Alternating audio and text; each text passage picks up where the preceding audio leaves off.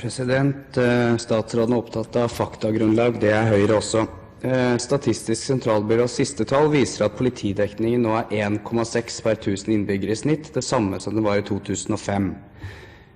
Har SSB feil i forhold til virkelighetsbeskrivelsen, at det ikke er økt?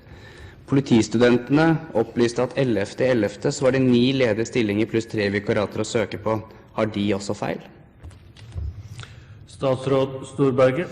Når det gjelder disse tallene som Dahl bruker når det gjelder politihøyskolestudenter, så er jo det brukt av representanten Dahl gjennom hele sommeren og i høst. Og hvis man skulle lagt de til grunn, altså at det er bare 11 ledige stillinger for politihøyskolestudentene, så er det jo underlig at per i dag så er altså 311 ansatte i politiet.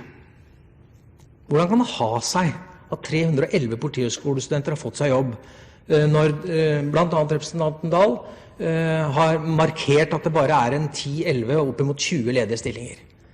Det er slik vi har fått rapporter om, og det tror jeg er riktig, at i dag er 207 ledige politistillinger i Norge.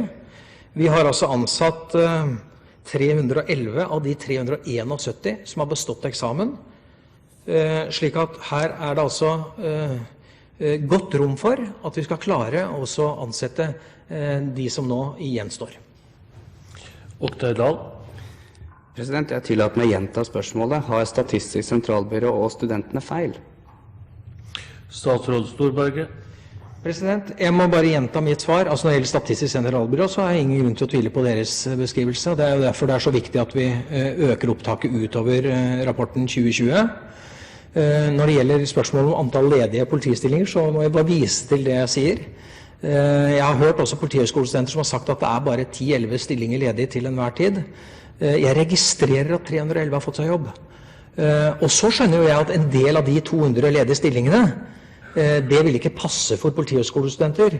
Men da er det jo sånn at når en som har lang erfaring rykker opp, så får vi nye ledige stillinger i bunnen. Det er det som er årsaken til at man synes det er relevant å bringe fram det totale antallet ledige politistillinger i Politi-Norge, når man vurderer mulighetene for å få seg jobb.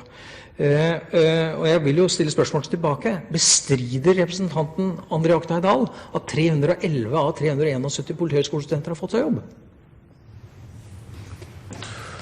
Det er kanskje uvanlig at representanten blir stilt spørsmål, men det er anledning til en replikk til hvis representanten ønsker å svare på spørsmålet fra statsråden.